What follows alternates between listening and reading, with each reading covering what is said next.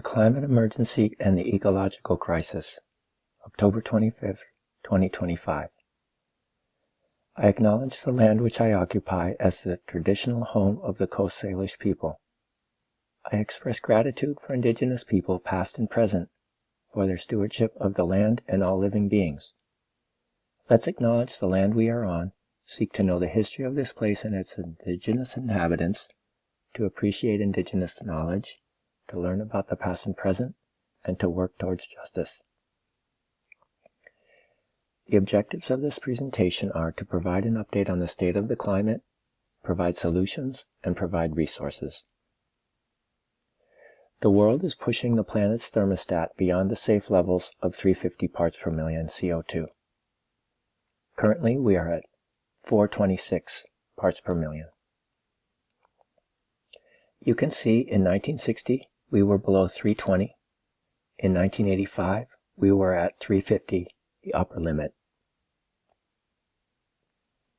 MIT's Climate Interactive has climate simulators, and roads will tell you that according to the UN IPCC reports, there will be 3.3 degrees warming over pre-industrialized levels by 2100 with business as usual. You can see that if we make changes to the energy supply, transport, buildings and industry, growth, carbon dioxide removal, and other sources of gases, we can bring it below 1.5, which is the Paris Agreement, and we can bring it closer to 1.2, which is going to help the coral reefs and the sea ice.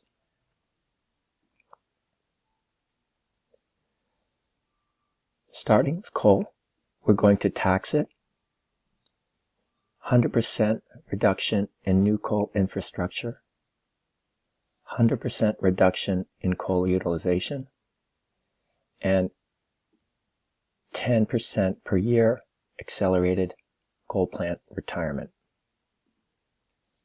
Making those changes will take us from 3.3 down to 3.0, moving in the right direction. Then, moving on to oil, we're going to highly tax it. We are going to reduce new oil infrastructure by 100%. We are going to reduce oil utilization by 100%. That takes us to 2.8. Natural gas, we're going to tax it. We are going to reduce new gas infrastructure by 100%. And we're going to do 100% reduction in gas utilization. Bioenergy, we're going to highly tax it. Renewables, highly subsidized. Nuclear, status quo.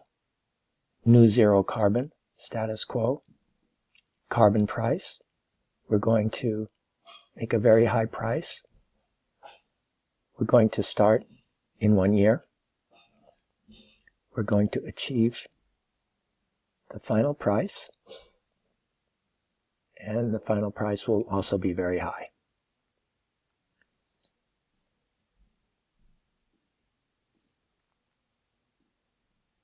Nuclear, status quo. All right, transport, increase energy efficiency and increase highly subsidized electrification of transport. Buildings and industry, highly increased energy efficiency, highly subsidized electrification. Population, status quo. Economic growth, we're going to reduce GDP. We're going to reduce near-term GDP. And we're going to have a shorter transition time. Nature-based carbon dioxide removal. More land for afforestation and reforestation. We're going to secure land quickly. Quicker planting time.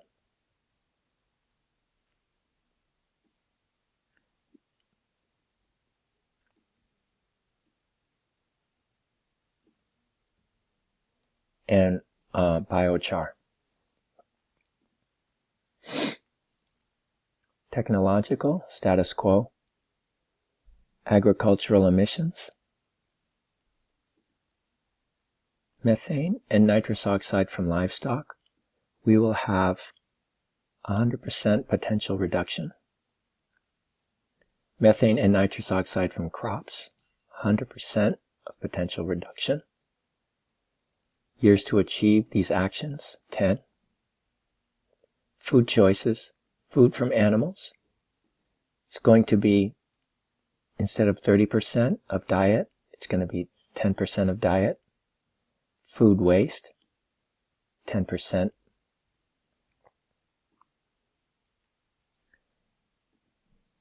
Waste and leakage. Methane leakage from energy, reduce. From waste, reduce. That's landfills. Industrial processes, reduce. That's concrete. Nitrous oxide, reduce. F-gases, reduce. Years to achieve, 10 years. Deforestation. Reduction in deforestation, 100%. Years to achieve, 5. Reduction in mature forest degradation, 100%. Years to achieve, 5.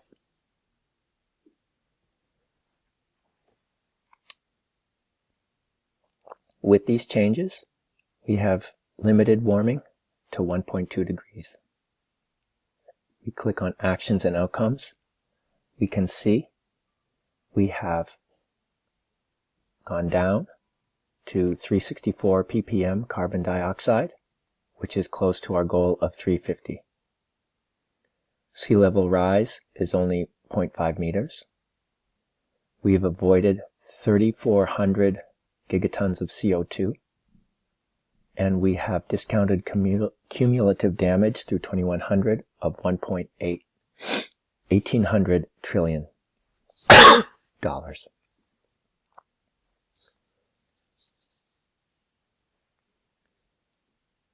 Instead of over 600 exajoules of energy being used a year, we have gone down below the Earth's limit of 300, and we have gone below 200 exajoules. And this aligns with Jason Hickel's claim that human society only needs to use 200 exajoules.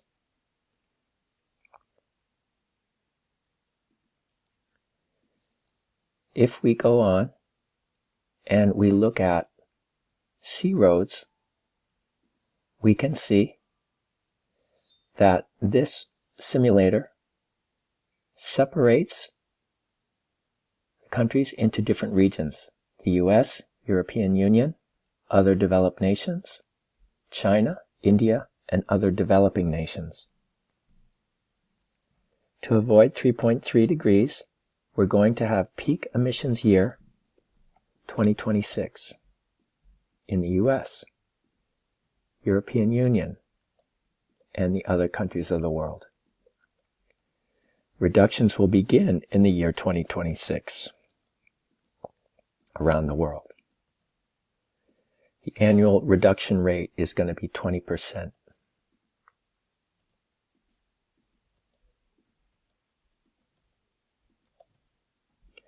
Preventing deforestation, we're going to have to do that 100%. It will have a greater impact in the developing nations. Promote afforestation, 100%.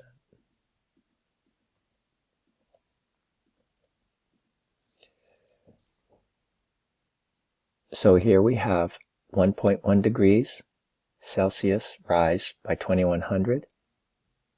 Let's click on Outcomes. We have gone from 630 parts per million carbon dioxide down to 374, which is close to our goal of 350. Sea level rise is not 0.7, it's 0.4 meters. And cumulative avoided CO2 by 2100 is 3,300 gigatons.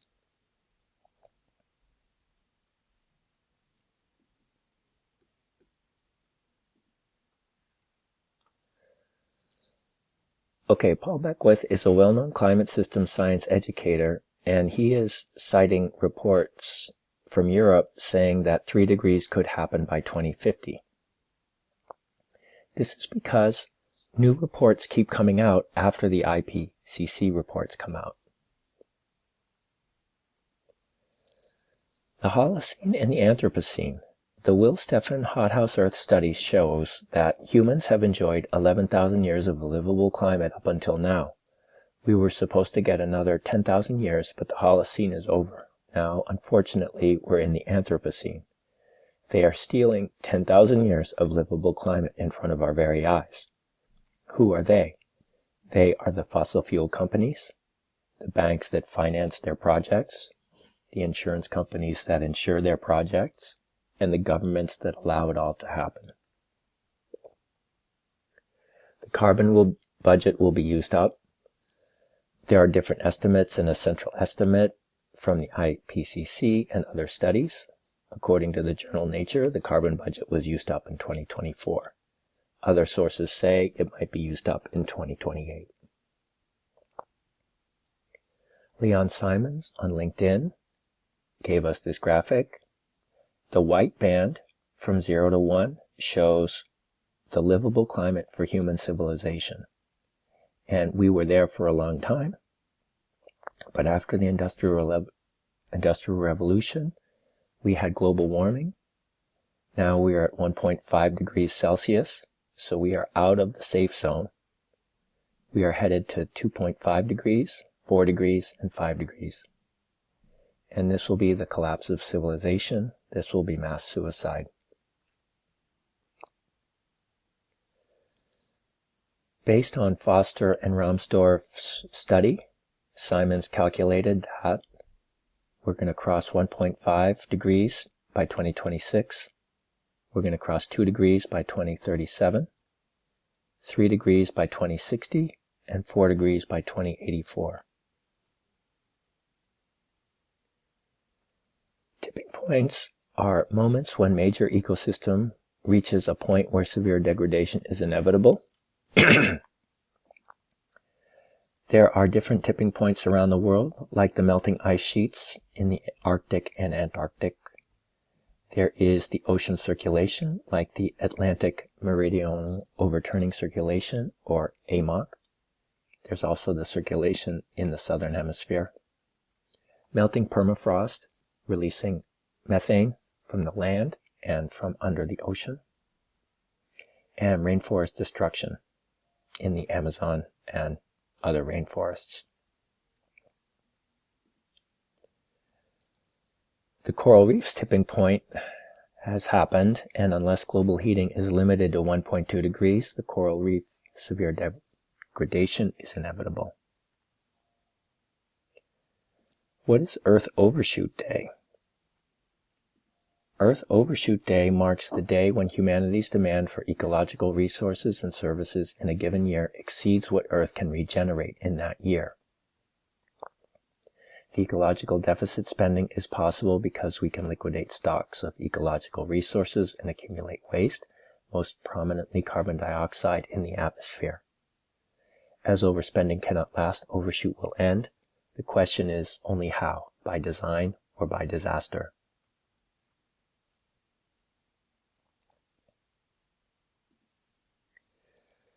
July 24th marks this year's Earth Overshoot Day, a date when humanity's demand on nature surpassed Earth's capacity to replenish nature during the entire year.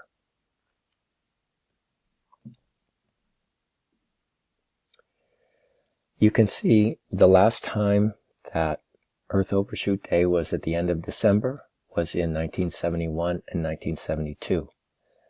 That is how we have to go back to have Earth Overshoot Day be December 31st, using the resources sustainably.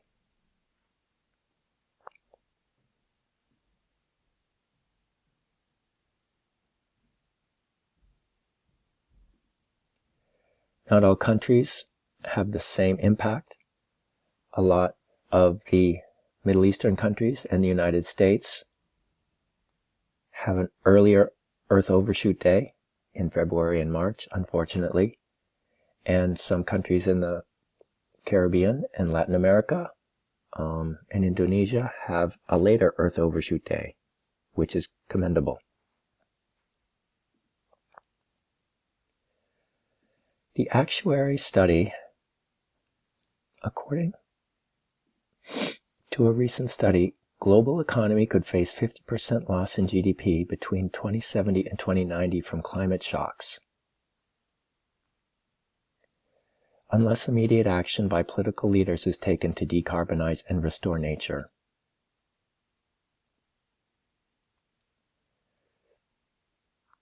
At 3 degrees Celsius or more of heating by 2050, there could be more than 4 billion deaths, significant socio-political fragmentation worldwide, failure of states with resulting rapid, enduring, and significant loss of capital, and extinction events.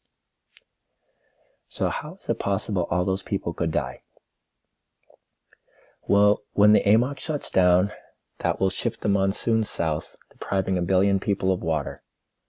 So water is going to become extremely scarce extremely quickly, and it's going to be very, very difficult to survive and to grow food. Food growing conditions are also going to deteriorate, where you're going to have long droughts that kill crops and flooding that washes them out. You're going to have stronger storms. You're going to have more extreme weather events. You're going to have sea level rise. You're going to have a lot of problems. Multiple breadbasket failure.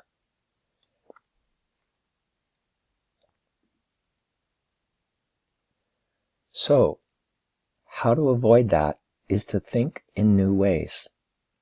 A good life for all within planetary boundaries shows Vietnam was the only country to come close to the goal of meeting human needs in society while transgressing the fewest planetary boundaries. What that means is we have on the y-axis social thresholds achieved. For example, food, education, housing, medical care, jobs, things like that, access to energy. And on the x-axis, we have biophysical boundaries transgressed. 0 is the best, 7 is the worst. So here is Vietnam, and you can see with donut economics, there is a social foundation at the bottom, you don't want to go below, and there's an ecological ceiling at the top, you don't want to go past. So Vietnam was able to have decent life expectancy, decent nutrition, decent income, decent energy, decent social support, and decent employment. They also had other indicators they came close to, and the only ceiling they surpassed was CO2 emissions. So if you compare with another country like the United States, you will see a real contrast.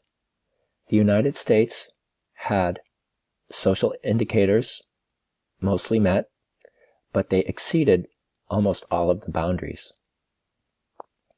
So this is not sustainable. You can see the biophysical indicators, and then you can see the social indicators. So, in other words, what's happening in the United States is not okay. All that wealth being created is not equitably distributed, and it is actually causing too much damage.